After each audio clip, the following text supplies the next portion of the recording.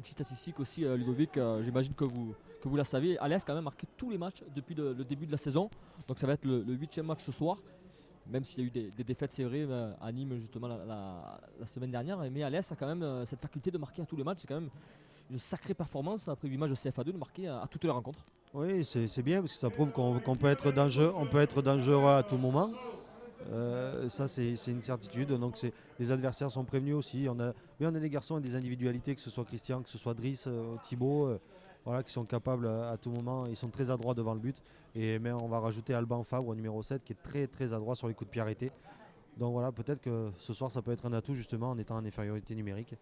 C'est important de s'appliquer sur ces phases-là. Attention aussi du côté Hérolté, on le voit Ludovic depuis le début du match. La bonne performance de Ibambo Bassebi sur le côté gauche et on le voit seul, très très rapide et qui met très en difficulté Jérôme Lache. Il a permuté depuis le début de rencontre, il était sur le côté droit. Là il se retrouve sur le côté gauche. C'est un joueur très dangereux qui pose problème à la garde alésienne depuis le début du match. Il a un gabarit assez élancé, il a l'air relativement puissant. Donc à surveiller, prendre au départ pour empêcher de se tourner et de lui empêcher de prendre de la vitesse. À surveiller, voilà. Il faut que Jérôme soit vigilant sur les côtés, les latéraux, ce qu'on disait tout à l'heure. Hein. Un petit peu d'histoire aussi, Ludovic, pour les gens qui nous regardent, ça fait pas de mal. On se rappelle que Alès a fait partie du premier championnat professionnel en 1932. Et bien sûr, on se rappelle ce fabuleux parcours d'Alès en Coupe de France en 1987, avec une défaite en demi-finale contre Bordeaux. Et ça reste encore dans toutes les têtes du public, j'imagine. Ouais, c'est pour les nostalgiques et tout ça, mais c'est vrai que ça fait partie de l'histoire du club. Alès, c'est un club historique du championnat français, on le sait. Hein, il y a eu quelques années difficiles. Aujourd'hui, Jean-Marie est à la base de la reconstruction avec tout un staff. Donc, il faut être patient. Ouais, Il faut être patient pour pouvoir retrouver ce qui a été fait d'antan. On se trompe pas si on dit que voilà, Alès, c'est le club phare du Gard avec le Nîmes Olympique qui évolue aujourd'hui en Ligue 2. Oui, c'est les deux clubs phares et en plus historiques voilà, du département. Bon, voilà, je crois que ce serait plutôt intéressant pour tout le monde que le club d'Alès, à moyen terme, puisse gagner quelques divisions supérieures pour amener justement ces fameux derbies qu'on avait à l'époque. Allez, on se met en difficulté tout seul. Il faut arriver à trouver peut-être un peu plus haut dans un premier temps. C'est vrai que le pressing est assez bon. Les joueurs de Fabreg, il bénéficie de beaucoup d'espace dans les intervalles. Il se trouve très très bien, au contraire des joueurs d'Alès qui ont beaucoup de mal à faire 3 passes consécutives. Oui, ils nous mettent sous pression, donc on est un peu en difficulté dans la première relance. C'est pour ça que peut-être que attention, je vous coupe la frappe, mais il y avait une faute au préalable de Driss Bobé sur Julien Ritas. Mais attention, danger. Et Fabreg se montre dangereux depuis le début de la rencontre. Les frappes se multiplient même si c'est pas cadré, mais les occasions sont là. Driss Bobé a l'air d'avoir un jeu où il joue beaucoup avec son corps et il se sert de ça pour tourner autour de l'adversaire. Donc à nous, à Hamza et Julien, d'être vigilants et d'être proches l'un de l'autre en couverture.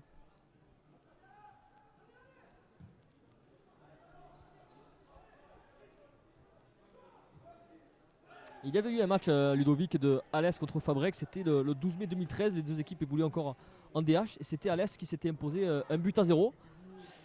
C'était le 12 mai 2013, donc pourquoi pas pour eux la même issue ce soir, mais je pense que Fabreg voudra certainement corriger le tir et pourquoi pas s'imposer, surtout que depuis la 10e minute, ils jouent en supériorité numérique. Je pense qu'ils sont arrivés avec certaines ambitions déjà avant le match. Hein. Le fait de se retrouver à un de plus depuis la 10e minute va les conforter dans ses ambitions. Bon, à nous, encore une fois, d'être patient et solide. Et puis, on ne sait jamais, sur un coup, d'être efficace. Là, Ludovic, vous connaissez bien Jean-Marie Pasqualetti. Il est au club, vous êtes arrivé l'année dernière, mais il est au club depuis 2010. Qu'est-ce qu'il apporte à cette équipe de CFA2 quelle est en quelque sorte sa méthode? Il apporte son expérience. Puis Jean-Marie, non seulement est au club, a repris le club depuis 2010, mais il a été joueur pendant des années. On a été coéquipiers pendant 3 ans. Bon, voilà, c'est quelqu'un du cru.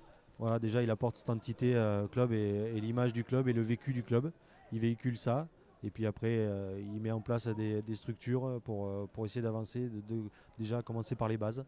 Et d'apprendre à tout l'entourage à d'être patient, tout ce qui tourne autour du club pour être patient. Et il vaut mieux perdre quelques années et arriver à des objectifs, mais que ce soit fait solidement.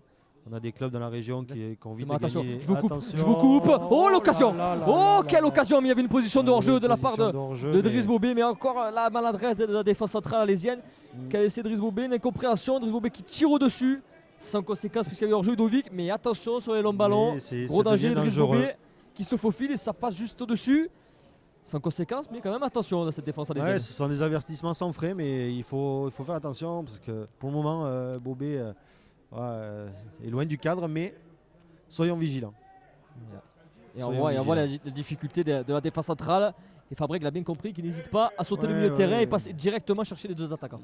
Oui, et puis on a un terrain, on n'a pas parlé du terrain, mais la pelouse est relativement bonne, mais le terrain est très gras. Exactement. Donc, exactement, j'allais en parler, même si les températures sont bonnes, mais le terrain est quand même très gras. Il faut être bien chaussé pour ne pas glisser ce soir. Il faut être efficace, encore une fois. Il faut être sérieux et ça fait partie de la rigueur des joueurs.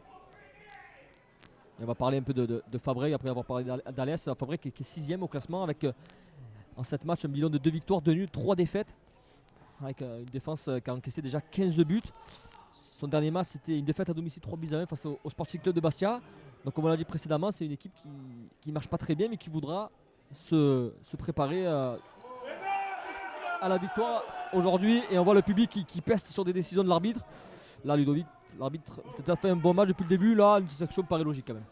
Oui, bon, ils étaient après, c'est toujours pareil, on a toujours l'impression d'être victime d'injustice, donc après le moindre contact est source à polémique. Mais encore une fois, il ne faut pas que les joueurs se dispersent là-dessus. Il ne faut pas perdre de l'énergie, de la lucidité par rapport à ces décisions, elles sont prises. Et vous avez raison Ludovic, mais on a l'impression que Alès a toujours dans un coin de la tête l'expulsion d'Aloïs Chabassu. Ils n'arrivent pas à passer la seconde, on va dire, et toujours cette expulsion sévère qui les trotte dans la tête. Oui, parce qu'encore une fois, on a l'impression d'être victime d'une injustice et on ne comprend pas la décision. Après, c'est juste le coup franc de Driss Bobé à 35 mètres. La frappe, c'est directement dans le mur, mais c'est pas fini. La récupération. Allez, il faut garder un peu le ballon, il faut la garder. Christophe Herrera, dans sa moitié de terrain, on va calmer le jeu avec Jérôme Lâche. Jérôme Lâche qui cherche l'eau devant. C'est difficile ça. Face à Driss Simès, mais il est tout seul. La récupération Christophe Herrera qui va peut-être percuter avec son pied gauche. C'est un bon pied gauche. Avantage sur l'arbitre, c'est bien fait. Christophe Herrera qui va frapper, elle est belle, c'est un premier corner. Premier corner pour Alès, et voilà le pied gauche de Christophe Herrera qui peut apporter toute sa patte technique. On l'a vu sur cette action. Ça c'est intéressant parce que ça nous permet, on a une préparation qui est un peu pas précipitée, où on garde un peu le ballon, 2-3 échanges et après on va trouver vers l'avant. Voilà, faut rester là-dessus et pas trop rendre les ballons facilement à Fabreg. Voilà, le deuxième corner de la part. C'est Alban Fabre qui va le frapper. D'Alès. Allez, il faut s'appliquer. Par Quand on est en infériorité numérique, ces coups de pied arrêtés là prennent encore plus d'importance que la normale. C'est bien frappé au penalty. Le gardien, la déviation de Kantengou est super. Mais attention, la contre-attaque. Vigilance, de la part d'Imo Basseli. Il faut faire les efforts. Imo Basseli face à contre Yann Djabou. Yann Djabou qui va percuter. Yann Djabou qui est passé. C'est bien défendu de la part de Julien. Et Julien Ritas qui, avec toute son expérience, il ne s'est pas jeté, ça défend debout. Et la récupération elle est alésienne. Même si c'est vite perdu de match de terrain. Bien joué Thibaut. Voilà, et on voit il faut batailler. On voit une équipe d'Alès qui apporte plus d'agressivité qu'en début de match et ça paye pour les hommes de Jean-Marie Pascoletti. Il faut malgré tout, même s'il y a un 2 mois, il faut quand même avancer sur le porteur quand on peut le faire et mettre un peu de pression. Il faut compenser l'expulsion d'Aloïs. On n'a pas le choix.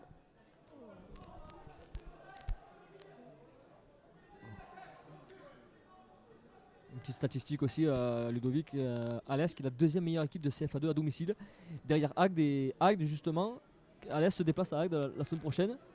C'est dans 15 jours. Dans 15 jours, pardon. Il y a un week-end où il n'y a pas de match et dans 15 jours ils retournent. Oui, ils sont sur 3 matchs. Là, ils ont fait Nîmes, ils font Fabreg. Là, ils vont à Agde. On reste dans le local. On est dans le régional. Voilà. Mais bon, c'est des matchs importants à jouer. C'est le bon ballon, attention. Le crochet de Yann Djabou, la parade encore d'Esté Onka. Et la parade encore d'Esté Onka. C'est l'homme du match pour l'instant de cette partie qui permet à Alès au moins de préserver sa cage inviolée. Lui, il est bien chaud en tout cas. Et non-dégagement de Destin Onka face à Drissimes. C'est Johan qui va au duel. Johan Alemani. Bien joué. Saute pas question Yann Mani. Pour Christophe Herrera. C'est bien défendu. C'est bien défendu par Kantengo. Mais sur ces coups-là, Christian peut être très dangereux. C'est un garçon très malin. Qui a un peu d'expérience et de vice, donc il sera présent s'il y a des coups à jouer, faites-lui confiance, il sera là. Jean-Marie Pascoletti le mauvais contrôle, attention, il faut le mauvais contrôle, le contre pour Driss Bobé. Driss Bobé pour Steve Bosnar. Steve Bosnar pour Yann Djabou, le sang et la le parade jeu encore d'Estin. une fois de Destin Onka sous les acclamations du stade Pierre Pibarou. Ça sera un corner pour la S Fabreg qui domine cette partie clairement.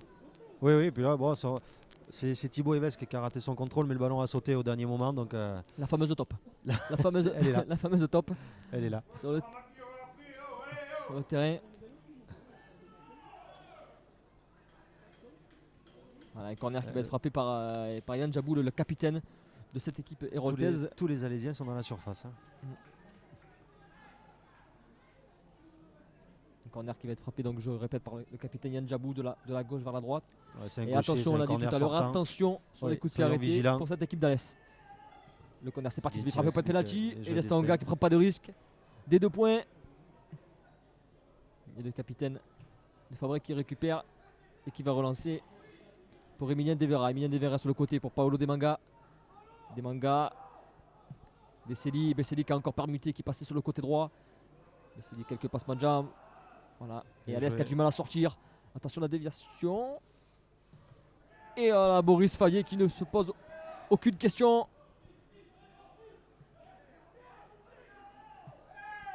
Jérôme Lâche, voilà. C'est vrai que sur les Jérôme. coups de pied arrêtés, en plus, il faut être encore plus vigilant parce que si on regarde physiquement, on a quand même des gabarits, des petits gabarits, que ce soit Jérôme Lâche, Boris Favier, Alban Fabre. On n'a pas des joueurs qui culminent très haut Exactement, en taille. Ludovic. Et quand on voit la défense centrale de Fabreg et notamment aussi l'avant-centre Driss Bobé qui joue avec son corps, Ouais, la faut vigilance être est encore plus vigilant. grande. C'est peut-être pour ça que Jean-Marie fait aussi du marquage de zone par rapport au gabarit. Genre, attention, une longue chandelle, Driss Bobé face à Ritas. Et ça sera Ouais, ça peut un nous coup permettre de franc souffler qui un va faire du peu, bien, qui va tirer par Destin Onka. qui va faire remonter un peu le bloc. On va aller autour de Christian, se rapprocher. Voilà, le dégagement de Destin Onka pour Christian Ferreira, ça sera une touche Ouais, pour les prenons- Alésiens. Prenons le temps de Allez, souffler un peu. Voilà, ça nous fait du bien, on en a besoin. Il faut prendre le temps pour les hommes de Jean-Marie Pasqualetti Ouais, ouais. qui ne sont pas beaucoup dans le camp adverse. C'est des occasions de ne pas gâcher. Voilà, Picon. Il faudrait qu'il s'applique sur cette touche qui va être effectuée par Jérôme Lâche. Jérôme Lâche. Fabrice Simès, le retrait. Jérôme Lâche sur son pied gauche. C'est un bon centre. Deuxième Ouais, c'est un bon ballon, poteau. faut le jouer. Et l'excellente sortie de Steven Bouchité. Allez, attention au retour, il faut se replacer. Et le compte qui s'organise avec Ibombo. C'est un Yesseli. bon repli défensif de la part des Oliveira. Alésiens. On voit les deux lignes de 4. Devera avec Xavier Para. Longue traverse. Elle est magnifique. Elle est s'approcher, magnifique.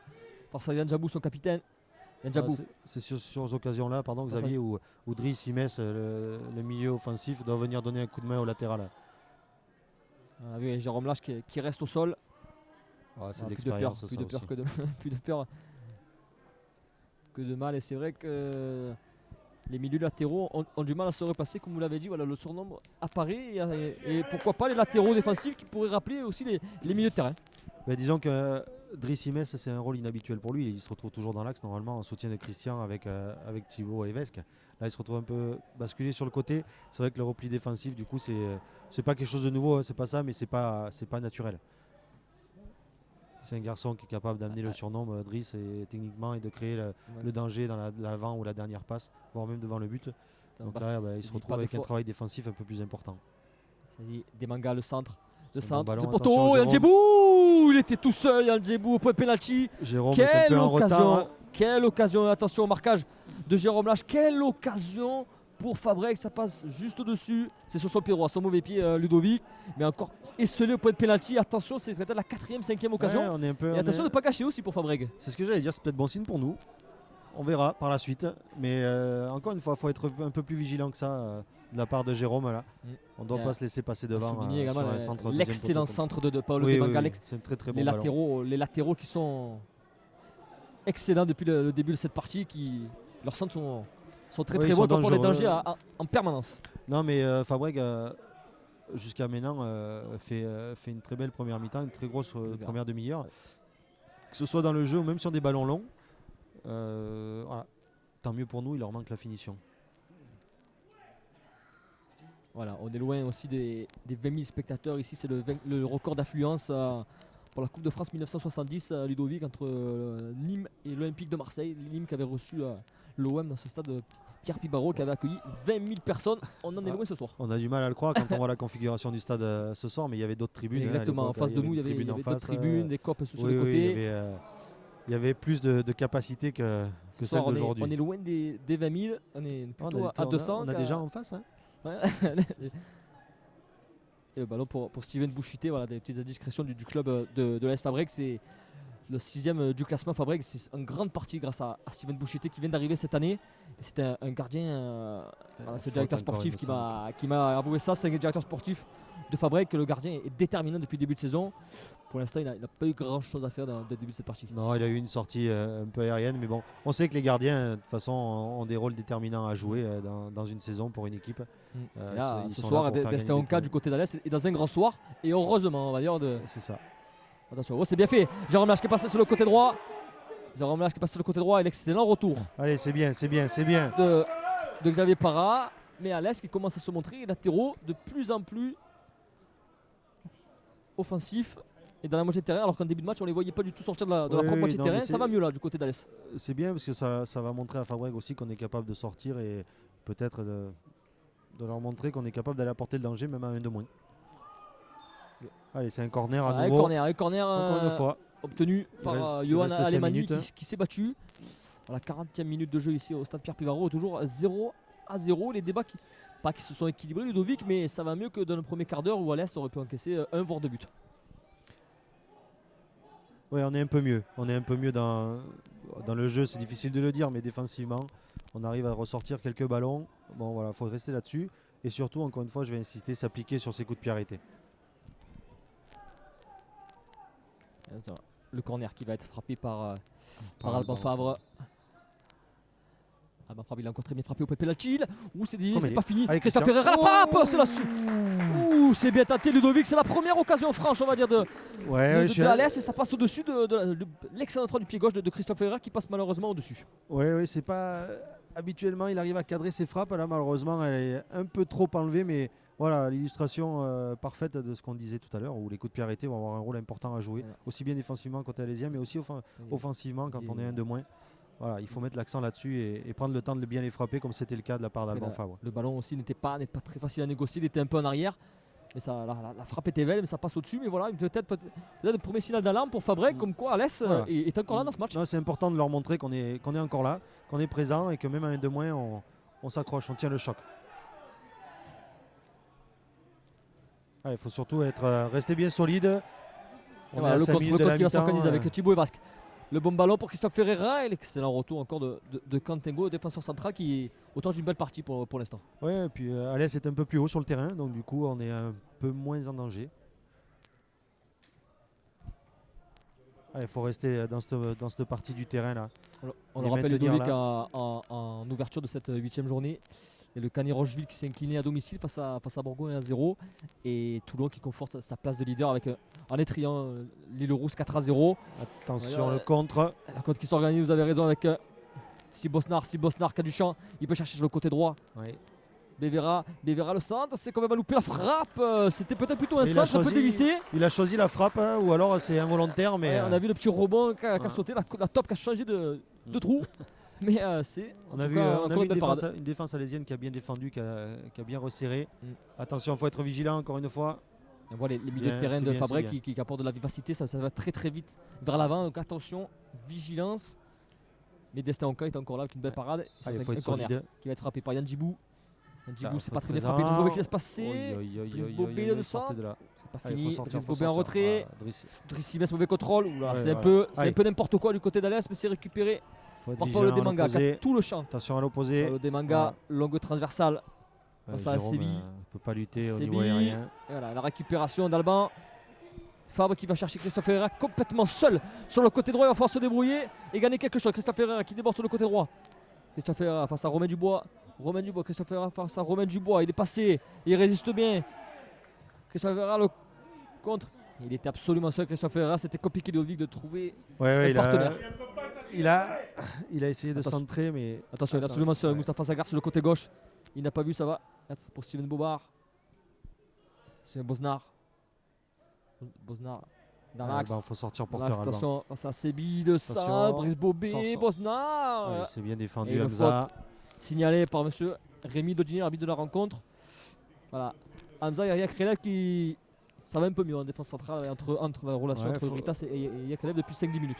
Il faut quand même être vigilant parce qu'à chaque fois qu'on arrive malgré tout à être un peu plus haut sur le terrain et qu'on perd le ballon, on se retrouve en infériorité numérique sur des contres. C'est là qu'il faut être vigilant aussi.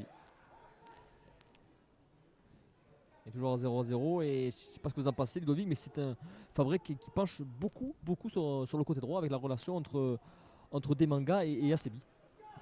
Ouais, ils arrivent à trouver facilement là-bas, mais c'est des joueurs qui se replient pas trop défensivement, donc ont un peu plus de liberté du coup dès qu'il y a la récupération du ballon.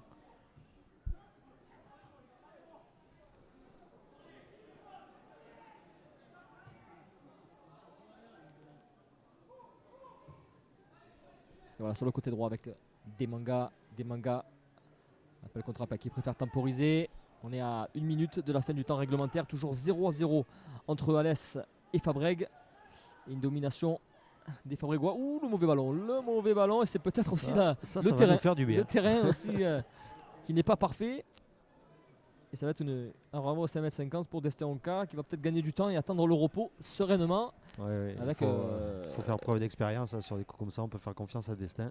Et avec un score de 0-0 qui se profile à la mi-temps. Il risque d'avoir des arrêts de jeu par contre. Il risque d'avoir des arrêts de jeu avec l'expulsion. On rappelle exactement, vous avez raison Ludovic, l'expulsion à la 10e d'Aloïs Chabassu. Une expulsion assez sévère. Plutôt sévère même. Plutôt sévère. L'arbitre de la rencontre qui n'a pas hésité une seconde. Et ça nous rappelle le match il y a une semaine en Ligue 1 à 3. On se rappelle Corentin Jean qui avait été expulsé très prématurément. Alors que le joueur n'avait pas grand chose. C'est pareil, le joueur, semble-t-il, il est encore sur la pelouse, mais il a dégainé très vite, monsieur l'arbitre. ouais. Je crois qu'il a plus arbitré au bruit. Il n'y a pas faute. Monsieur Rodinet n'a pas se relever. Attention, le code qui va s'organiser avec Paolo Demanga, très actif sur son côté droit. Paolo Demanga qui a des années, un peu de Daniel Alves au niveau du look. Bosnar qui préfère temporiser le centre côté gauche. Heritas sereinement le contrôle, il a tout le temps pour relancer. Il faut essayer de garder gauche. Ce ballon. Attention, ça perd trop vite et Fabreg qui récupère quand même très haut. Voilà.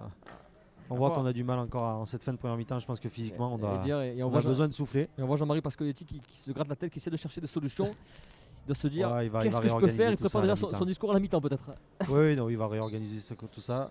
Et voilà, c'est la pause, pas d'arrêt de jeu, Ludovic. 0-0 ici à la pause entre AS et Fabreg. Un score, voilà, je disais tout à l'heure, assez flatteur pour Alès, mais qui peut aussi être relatif à la mauvaise, comment dire, la mauvaise réalisation de Fabreg, qui aurait pu être plus dangereux dans la zone de vérité. Oui, ils auraient, sur le nombre d'occasions, ils auraient mérité de mener au score. Bon, ils ont fait preuve de maladresse, on va dire, où ils sont tombés sur un très bon destin. Les deux combinés, donc Alès, malgré l'expulsion, rentre au vestiaire à 0-0. On va faire confiance à Jean-Marie et son staff pour remobiliser tout le monde et réorganiser les mecs et pour rentrer en deuxième mi-temps avec encore plus de détermination. Ludovic, si vous aviez un joueur à sortir du lot dans cette première période, ce serait lequel, un de chaque côté ou même un homme du match? Après, là, pour le moment, on va dire que Destin, sort du lot de par sa présence. Côté Fabreg, on a vu Driss Bobé beaucoup très remuant et avec le numéro 7 il me semble hein, au Sébi. C'est ça, il a beau aussi donc Ludovic, mais l'arbitre qui rentre un peu sous les sifflets du public, sous les acclamations du public. Rémi Nodinet un peu chahuté. Vous qui le connaissez bien, Jean-Marie Pascoletti, qu'est-ce qu'il va pouvoir dire à ces hommes pourquoi pas, toi tenir le match nul, pourquoi pas un exploit à 10 contre 11, chercher la victoire. Quel sera son discours d'après vous à la mi-temps? Je pense qu'il va leur dire déjà de bien récupérer, de prendre le temps de récupérer et aussi de souffler et après tout de bien rester concentré, d'être patient et rester bien organisé. On l'a vu, même si les occasions ou les situations dangereuses pour Alès sont relativement rares, mais il y en a. Donc en étant patient et concentré, efficace, on ne sait jamais sur ce qui peut se passer. Je le rappelle, 0-0 ici au stade Pierre Pibaro entre Alès et Fabreg. 0-0.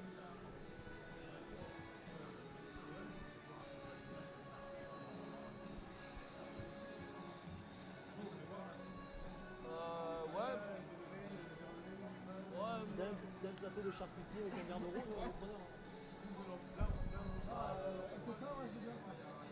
T'as de l'eau gazette ou pas? T'as pas du Perrier? Un coca, Gilles, s'il te plaît.